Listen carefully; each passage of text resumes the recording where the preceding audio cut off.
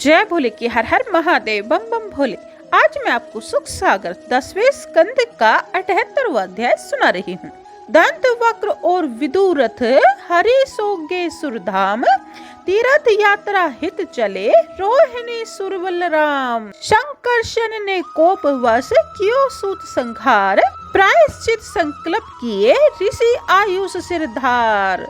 सुनिए, श्री सुखदेव जी बोले, हे राजन, शिशुपाल, पौंड्रिक, शालू आदि अपने मित्रों के मर जाने पर इनके बहर का बदला लेने के लिए परोक्ष में मित्रता निभाता हुआ दंत वक्र क्रोध करके अकेला ही पैदल गदा लेकर पैरों से धरती को कपाता हुआ श्री कृष्ण के पास आया।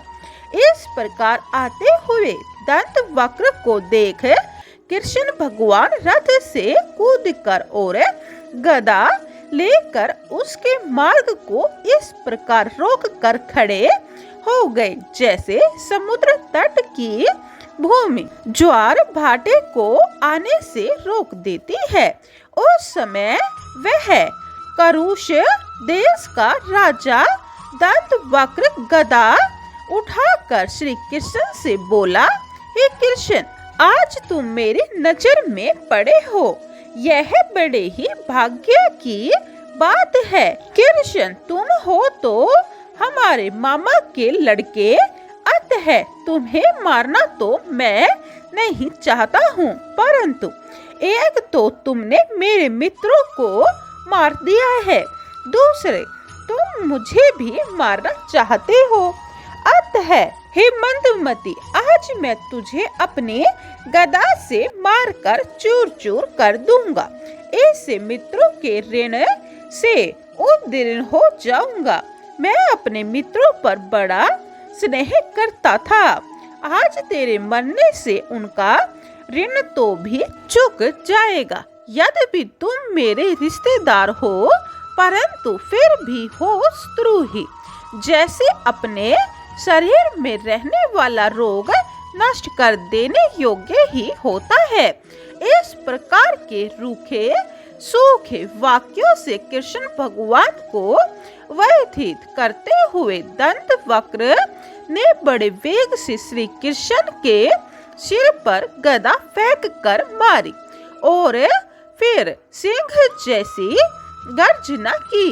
श्री कृष्ण गदा के प्रहार से तनिक भी विचलित न हुए, वहाँ के वहाँ ही डटे रहे। फिर कृष्ण भगवान ने अपनी बड़ी भारी कौमुदकी नाम की गदा से दंत वक्र के वक्षस्थल पर प्रहार किया।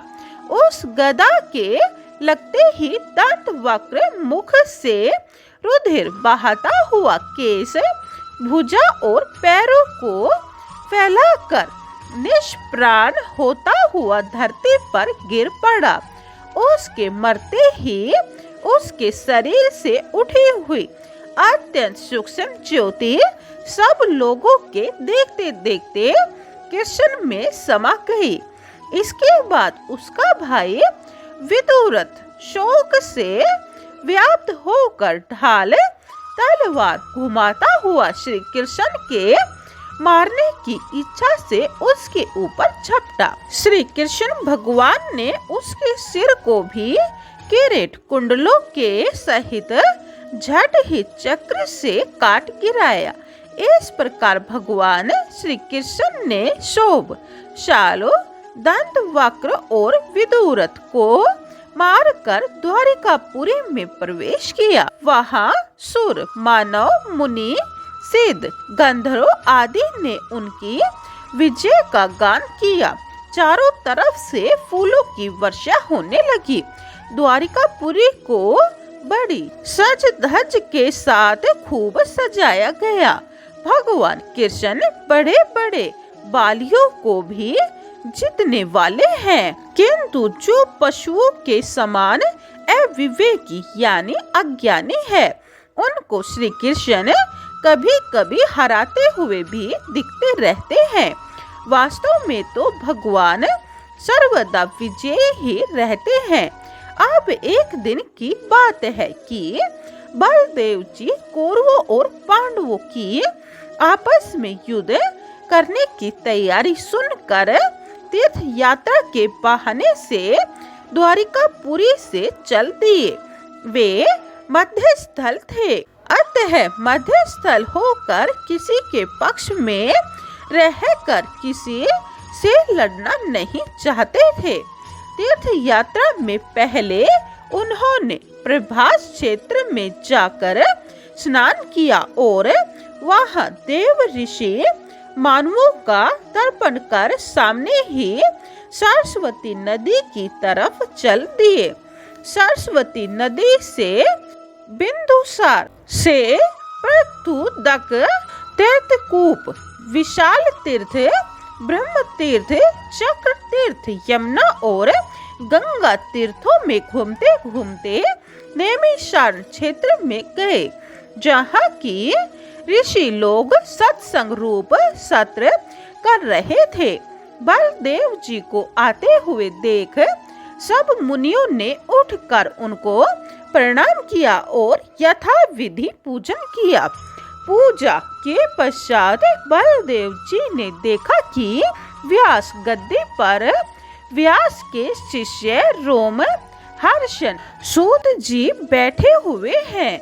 बलदेव जी ने विचारा कि न तो ये मेरे आने पर आसान से उठे हैं और न मुझको प्रणाम ही किया है, और सब मुनियों के आगे ऊंचे आसन पर बैठे हुए हैं।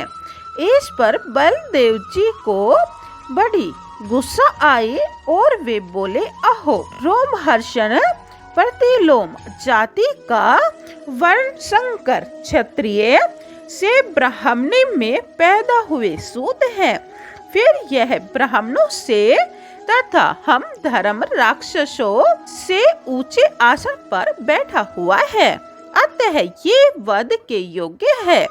व्यास जी का शिष्य होकर इनसे इतिहास तथा पुराणों के सहित धर्म शास्त्रों को पढ़ लिया है, परंतु फिर भी वृथा पंडित माने बना हुआ है, क्योंकि इनसे मन पर अभी संशय नहीं किया है। जैसे नट की सब करतूत दिखाने मात्र को ही होती है, इसी प्रकार इसका भी यह सब पढ़ना दिखने मात्र को ही है, विनय आदि गुणों के लिए नहीं है।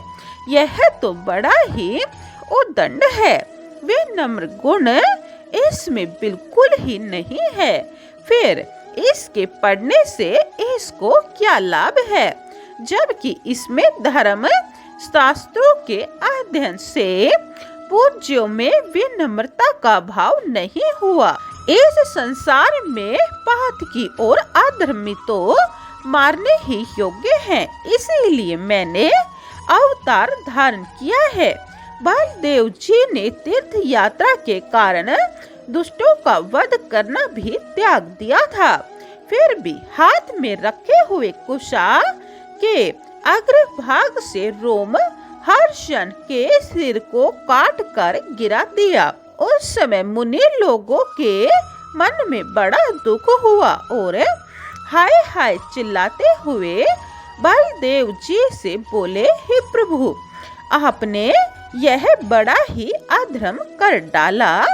सत्र के समाप्त होने तक हम लोगों ने इस रोमहर्षण को ब्रह्मणोचित आसन और दीर्घ आयु दे दी थी।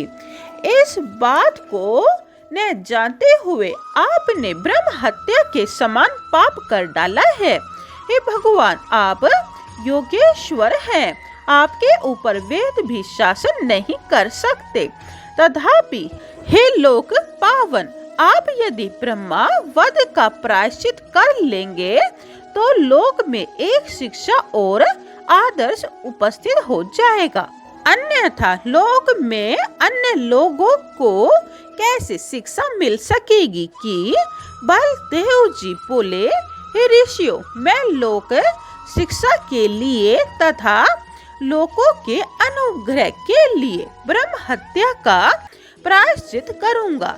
अतः जो मुख्य कार्य इसमें हो वह मुझे आप लोग बतावे। दूसरे, इनके लिए जो आप लोगों ने दीर्घ आयु और बल दिया था वह सब जो आप चाहें सो कहिए, मैं अपने योग्य के बल से सब कुछ कर दूंगा। ऋषि बोले, हे राम, आप ही कोई ऐसा उपाय करिए जिससे आपके अस्त्र से इनकी मृत्यु तथा हमारा वचन दोनों सत्य हो जाएं। बलदेव जी बोले, हे मुनियों, वेदों का वचन है कि आत्मा ही पुत्र के रूप में उत्पन्न होता है। अतः इसका पुत्र उग्र शर्वा, आयुष्मान, बलवान और पुराण वक्ता हो जाएगा और वही आप लोगों को अब कथा सुनाता रहेगा। हे मुनियों, और क्या आपकी अभिलाषा है उसे भी कहिए, वह भी मैं पूर्ण करूंगा। और अब आप लोग मेरे इस ब्रह्म हत्या के प्रायश्चित को विचारिए, क्योंकि आप लोग इसके विशिष्ट विद्वान हैं। ऋषि बोले, हे भगवान, इलावल का पुत्र एक बलबल नाम का दानव है। वह परोपर पर हमारे शत्रु को दूषित करता रहता है। विष्टा, मूत्र, रुधिर, मदिरा, मांस आदि वर्षा कर सब स्थानों को भ्रष्ट कर देता है। उस पापी को आप मारिए, बस यही हम लोगों की बड़ी भारी सेवा हो जाएगी। इसके बाद आप भारतवर्ष की परिक्रमा करके 12 मास तक तीर्थ स्नान करते हुए विचारिए, बस इससे आपकी शुद्धि हो जाएगी। बोलिए कृष्ण भगवान की जय। 78वां अध्याय समाप्तम। जय भोले की। 79वां अध्याय यह आप दूसरी वीडियो में सुने। जय भोले की। हर हर महादेव। बम बम भोले।